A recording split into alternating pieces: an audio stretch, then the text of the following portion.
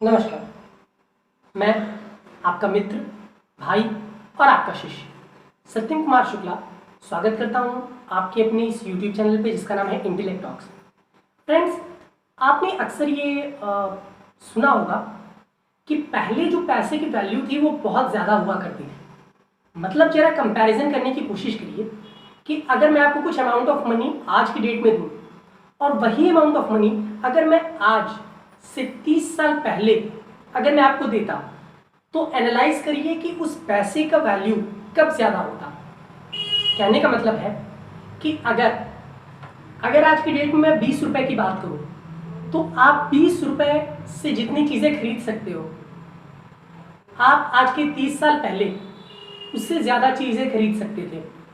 Money की जो power थी वो आज के 30 साल पहले, आज के 20 साल पहले ज़्यादा हुआ करती थी। तो दोस्तों, हमारी इकोनॉमी में ऐसा क्यों होता है कि पैसे की वैल्यू धीरे धीरे घटने लगती है। जो वैल्यू पहले कम पैसे की होती थी अब वो ज़्यादा पैसे की होती है। तो फ्रेंड्स, इसी टॉपिक के ऊपर आज हम बात करने वाले हैं। इस चीज़ को बोलते हैं इन्फ्लेशन। तो दोस्तों, चलिए इन्फ्लेशन को थोड़े डिटेल में समझते हैं।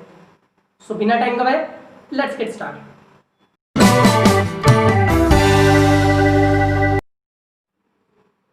तो ये इन्फ्लेशन है क्या? सबसे पहले हमारे दिमाग में यही सवाल आता है कि आखिर ये इन्फ्लेशन क्या है।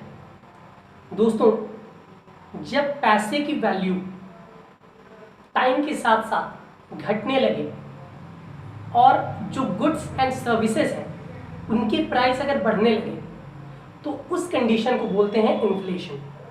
फॉर एग्जाम्पल, अगर हम कोई कमोडिटी की बात करें जैसे रेफ्रिजरेटर, तो अगर पहले के ज़माने में रेफ्रिजरेटर का कोई दाम था सपोज x और आज के डेट में अगर उसी रेफ्रिजरेटर का दाम x + 100 है, फॉर एग्जाम्पल अगर आज के डेट में उसका दाम x + 100 है तो वो 100 रुपीज़ जो हमारे एक्स्ट्रा निकल के आए वो एक रिजल्ट है इन्फ्लेशन का। मतलब कि पैसे का डिवैल्यूएशन होना, यानी पैसे का एक तरीके से आप कह सकते हैं कि जो महत्व होता है पैसे की, जो इंपॉर्टेंस होती है उसका कम हो जाना। इस टर्म को बोलते हैं हम इन्फ्लेशन। दोस्तों, इन्फ्लेशन के कई सारे एस्पेक्ट्स होते हैं। It can be negative, it can be positive. सबसे पहले तो मैं डिस्कस करूंगा आज की इस वीडियो में कि क्या कॉजेज होते हैं, किन किन कारणों से इन्फ्लेशन होता है, दाम बढ़ते हैं, और उसके बाद हो सकता है तो अगली वीडियोज़ में बात करूं कि इस इन्फ्लेशन का गुड और बैड एस्पेक्ट क्या है। क्या ये इन्फ्लेशन अच्छा है या बुरा है, या ये किसके साइन हमें शोज करता है।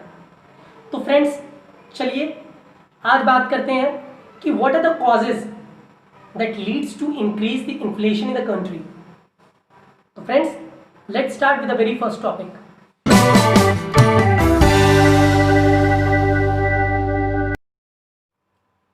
दोस्तों, जो सबसे पहला रीजन है बिहाइंड द इन्फ्लेशन वो है द मनी सप्लाई।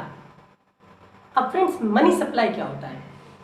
दोस्तों, मनी सप्लाई को समझने के लिए सबसे पहले हमको एक एग्जांपल को कंसीडर करना होगा। तो लेट्स टेक एन एग्जांपल। मान लीजिए कोई एक कंपनी है और उसने मार्केट में अपने 10 कूलर लॉन्च किए, सिर्फ 10 कूलर, और कुछ टाइम बाद उसी कंपनी ने मार्केट में 1000 कूलर लॉन्च किए। अब ज़रा आप इमेजिन करने की कोशिश करिए कि जब मार्केट में 10 कूलर होंगे तब हर एक कूलर की डिमांड कितनी ज़्यादा होगी या उसकी वैल्यू कितनी ज़्यादा होगी। पर वही जब 100 की बजाय 1000 कूलर्स जब आ गए तब पर कूलर की वैल्यू कितनी होगी? शायद एक बहुत बड़ा डिफरेंस आ जाएगा दोनों की वैल्यूज़ में।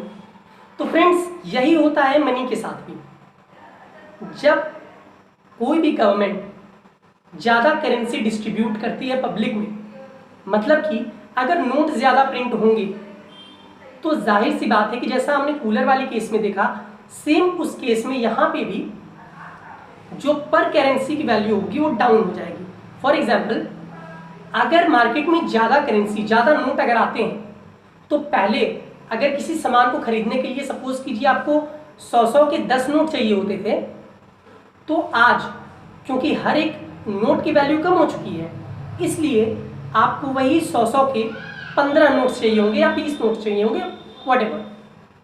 तो फ्रेंड, इससे हम सीधे सीधे समझ सकते हैं कि जब मार्केट में ज़्यादा नोट या ज़्यादा करेंसी या ज़्यादा कॉइन्स जब इंट्रोड्यूस होते हैं तो पर करेंसी, पर नोट, पर कॉइन जो वैल्यू होती है वो घट जाती है, और इसके वजह से आपको ज़्यादा अमाउंट ऑफ करेंसी पे करनी पड़ती है एज कंपेयर टू बिफोर।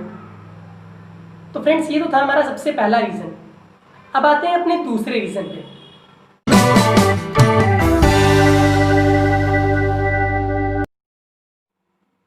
अब दोस्तों, जो हमारा सेकेंड रीज़न है वो है डिमांड पुल इन्फ्लेशन।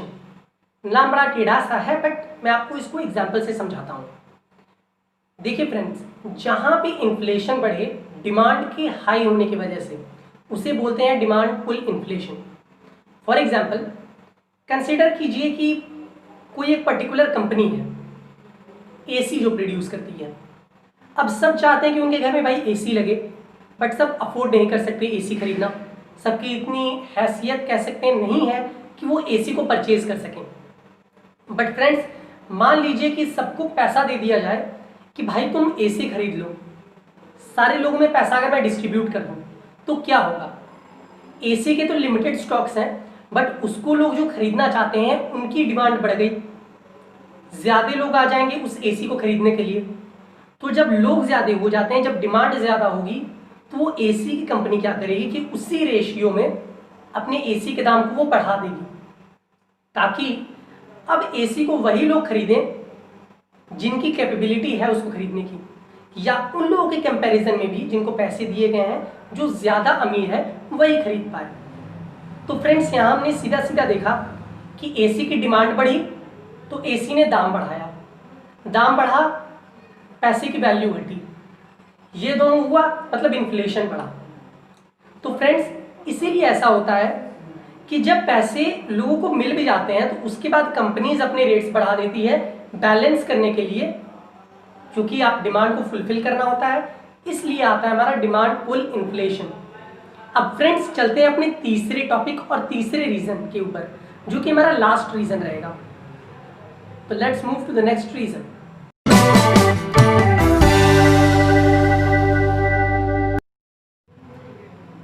दोस्तों, जो हमारा तीसरा रीजन है वो है कॉस्ट पुल इन्फ्लेशन, यानी कि दाम की वजह से इन्फ्लेशन का बढ़ना। अब अगर हम कॉस्ट पुश इन्फ्लेशन को समझें, चलिए मैं आपको यहाँ पे एक बहुत ही एक तरीके से कॉमेडी करके मैं आपको समझाने की कोशिश करता हूँ।